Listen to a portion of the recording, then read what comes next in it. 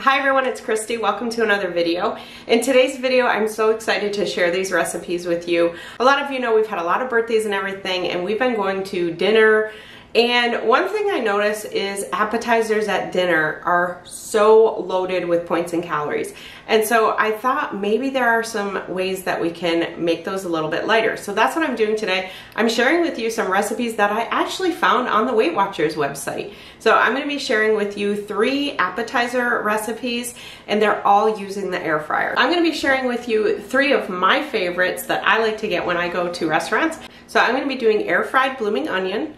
I'm going to be doing air fried pickle chips and also air fried mozzarella bites. All these recipes will be linked down in the description box below, and I'll also put links to Amazon for some of the items that I use in my video.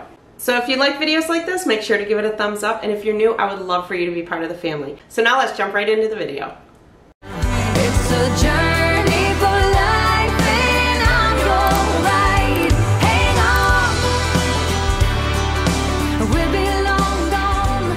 Hang on. Alright, first up is air fryer mozzarella bites. These are about 100 calories per serving and 3 Weight Watcher points. So to throw these together, you need 3 shallow bowls. In one bowl, you want to put 1.5 teaspoons of all-purpose flour, and then in another bowl, just crack an egg, and you just want the egg white in there. In the third bowl is a 1/4 cup of panko breadcrumbs, and then a 1/4 teaspoon each of Italian seasoning and garlic powder, and also about 1/8 teaspoon of salt.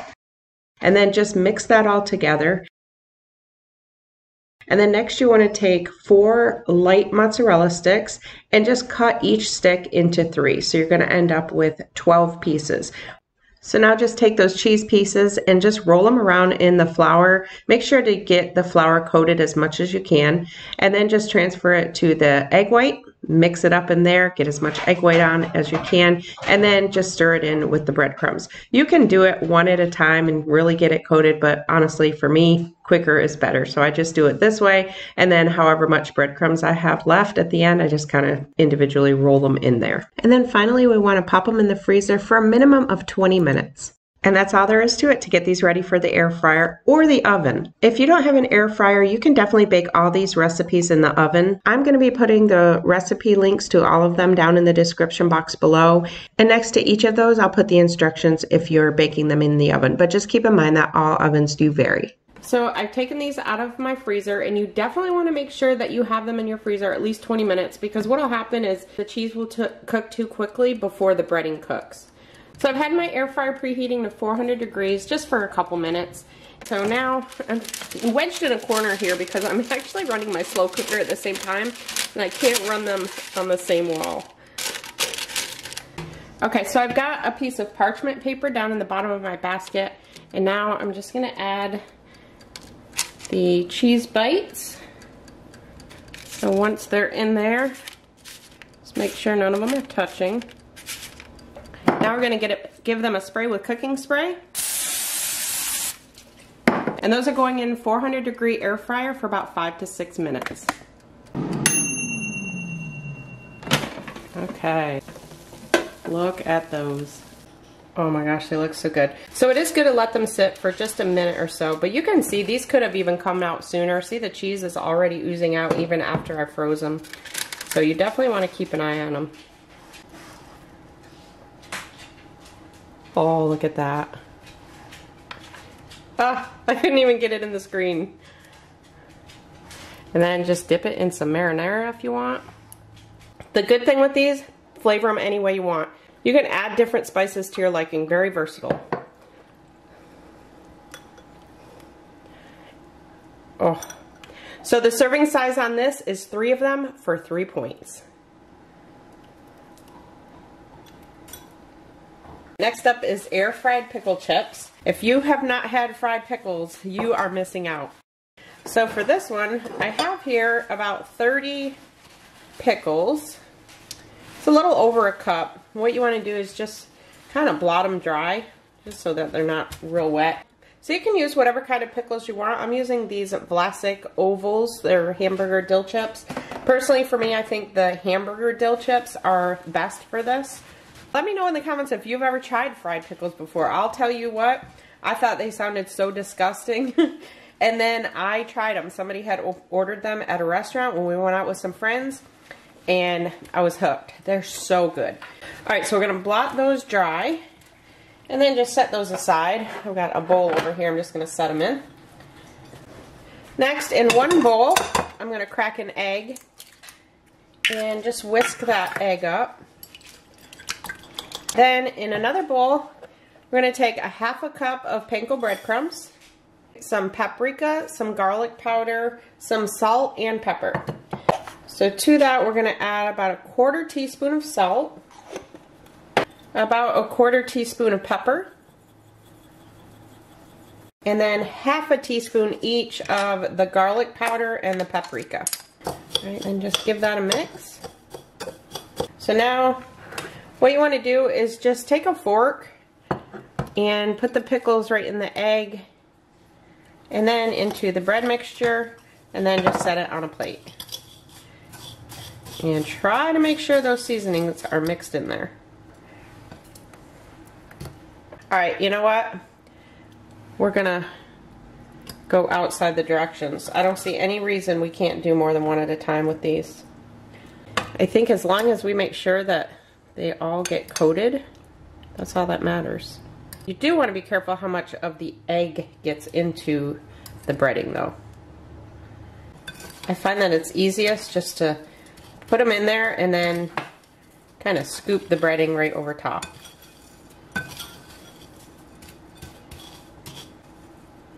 Alright, that's working fine.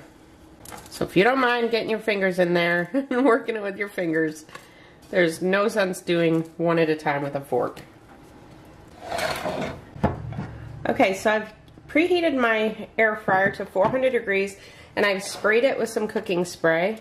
So now I'm just going to put the pickles in there. I may have to do it in batches because you just want a single layer down on the bottom. Now for these ones it is okay if they touch, because we're not going to have any cheese that's oozing out. Alright, looks like I'm going to fit them all. It's a tight squeeze, but I'm going to fit them. Now we're going to spray it with some cooking spray. Now those are going in a 400 degree air fryer for about 8 to 10 minutes. We want to keep an eye on them, but we want them to be a nice golden brown. Alright, I've had these in about 8 minutes. And I would say those are golden brown. So now if you want to make some kind of ranch sauce or some type of dipping sauce, you can. For me, honestly, with fried pickles, I just like them plain. But that's completely up to you. Now, as far as points, you definitely have the points to have a dipping sauce, because you can have 5 of these pickles, and I say 5 meaning on average. Obviously, all the sizes are different. So the average of 5 pickles for only 1 point.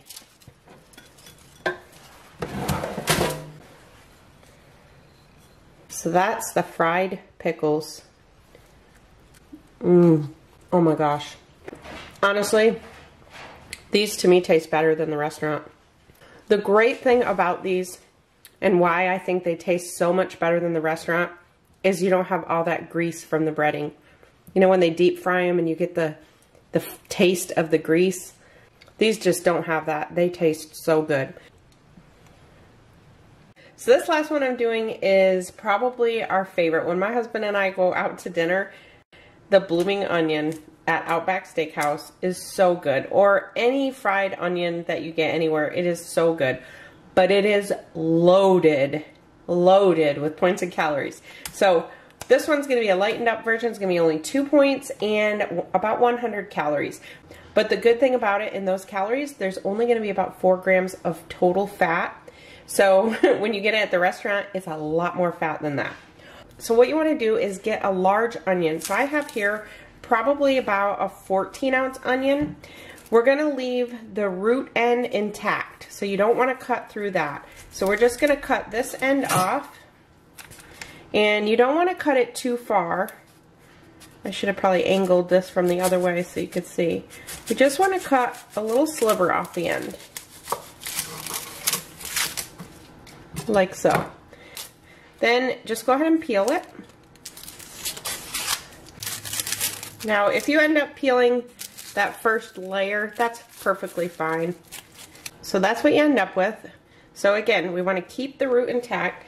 So now to cut it, just put it down like that. And then you don't want to get too close to the root, but you want to get close enough. And then we want to dig in to about half of the onion. So you want to dig in to the center. And we're going to do about 4 cuts like this. Now this part, the recipe that I'm going to give you is for the Weight Watchers recipe. So this I think is a little bit different in how they cut theirs.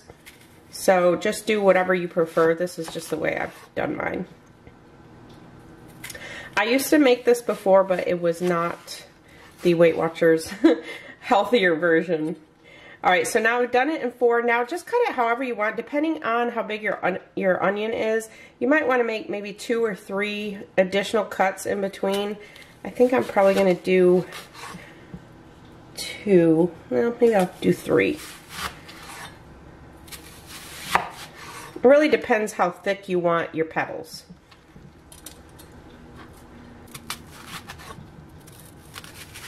Yep, that one I'm just going to do 2.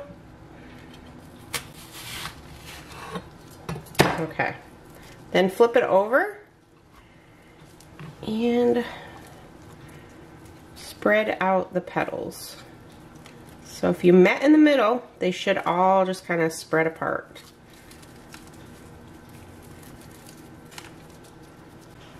Alright, we're going to set that aside for a minute. Now I'm going to take one of my bowls. So I have 3 bowls here. I'm going to take one of them. In this bowl, I'm going to combine a 1/4 cup of all-purpose flour. To that, I'm going to add 3/4 of a teaspoon of garlic powder. I'm just using my 1/4 teaspoon, so I'm going to do 3 of those. And we are going to need more garlic powder too, but we're just using half of it right now. Then we want 1/2 teaspoon of salt.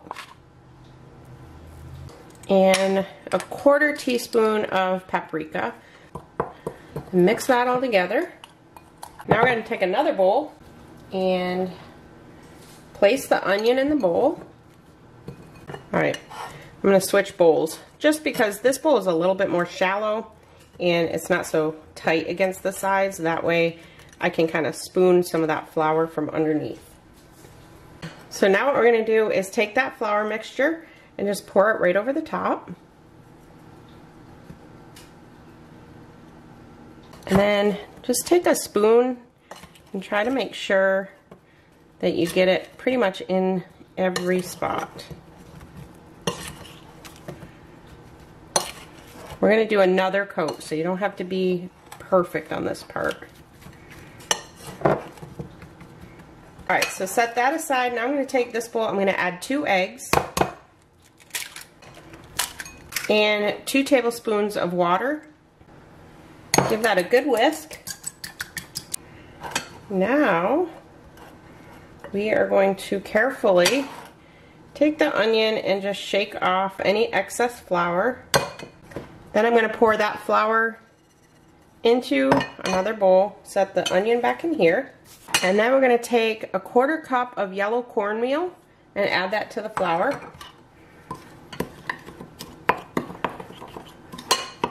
This is where I differ partly in the recipe. On the Weight Watchers recipe, it says to just brush the egg mixture on the onion, but I'm going to actually dip it in there and then pour it over the top after. So we're just going to dip it right in here.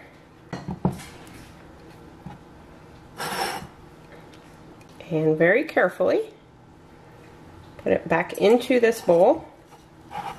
And now just take your fingers, if you want to use a glove, you can. And just kind of make sure that egg mixture is all over in between each one. So see, we can see some flour here. You want to try and make sure there's no spots with dry flour on it. Then just pour the excess egg back into that bowl. Make sure the petals are spread apart. And now we're going to take the flour and cornmeal mixture and pour that right over the top. Kind of sprinkle it over. And try to get it in between each of the petals as much as you can. So you can use a spoon, but honestly it's a lot easier just to kind of take your fingers and put it into each one like this. And in the meantime, I've got my air fryer preheated to 375 degrees. And you want to be careful, because if you dig too far, you're going to pull some of that onion out. Okay, now I've got my air fryer here, and I'm going to put some aluminum foil down on the bottom. What I've done is just kind of made little handles. So this is how, when I make meatloaf or anything in a slow cooker that requires you to pull it up out of it, I always put this down below. Now with the air fryer, we do want to make sure that the air can still circulate, so you don't want to have a piece that's covering the whole width of it.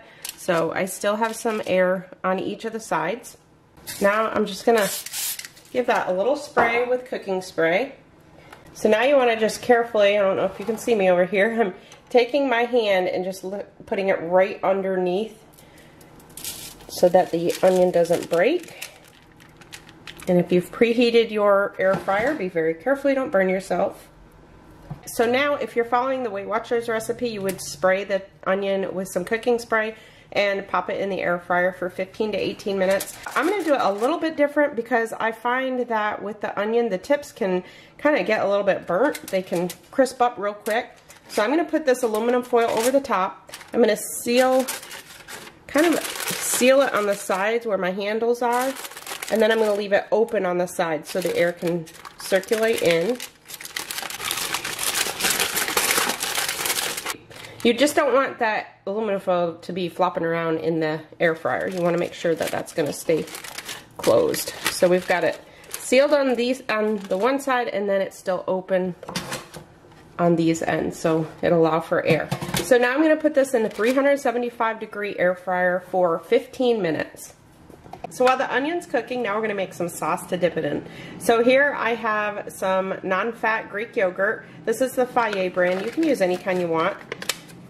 And I need 2 tablespoons of this. And then we need 2 tablespoons of light mayonnaise. Next we need a tablespoon of horseradish. And I'm going to use my half a tablespoon here. And if you're not a fan of horseradish, you can definitely leave this out. This is going to give it a nice kick. And then a tablespoon of ketchup. Now we're going to add in a half a teaspoon of garlic powder. And stir that up, and that's the sauce. So now we'll set that aside and wait for the onion to get done. This just went off. So now I'm just going to take that top layer off and feel how they are. Now how long you cook them depends completely on how, if you like them crispy. So these are fairly, they don't really have much crunch left to them. So now I'm going to take some cooking spray and just spray the tops with cooking spray. So you can see, if you can see this petal back here, see how it's a little bit brown? If I wouldn't have put that aluminum foil, they would have all been like that. And I didn't want them to. I wanted the onion to cook first and then brown after. So now we're going to do the browning part. So I'm going to put it back in for another maybe 3 to 4 minutes. That's what that looks like. This I didn't get as crispy because the foil was actually over top of it. When I closed it, it folded over the top. But I'm going to take it out because I don't want the other side to get any crispier.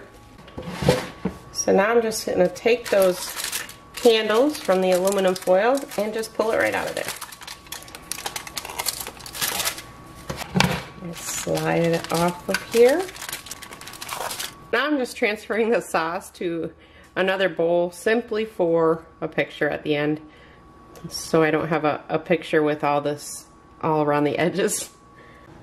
Y'all, would you look at that? Tell me that does not look amazing. Alright, we're gonna give this a try. That is perfect. I will tell you, that horseradish definitely gives it some kick. So the onions still have a little bit of a crunch to them. They're not completely soft, so if you wanted them really soft, you could keep them in longer. Let me get one of these top ones and see how that is. The ones that are on the top are definitely softer than the ones on the bottom. Oh, y'all, really good. So I don't know if you can tell, but the size of this is not nearly as big as the one like at Outback Steakhouse. So this is just a regular size large onion. The points and calories, the 2 points and the 100 calories is for a sixth of it. So a sixth of the onion and a sixth of the sauce.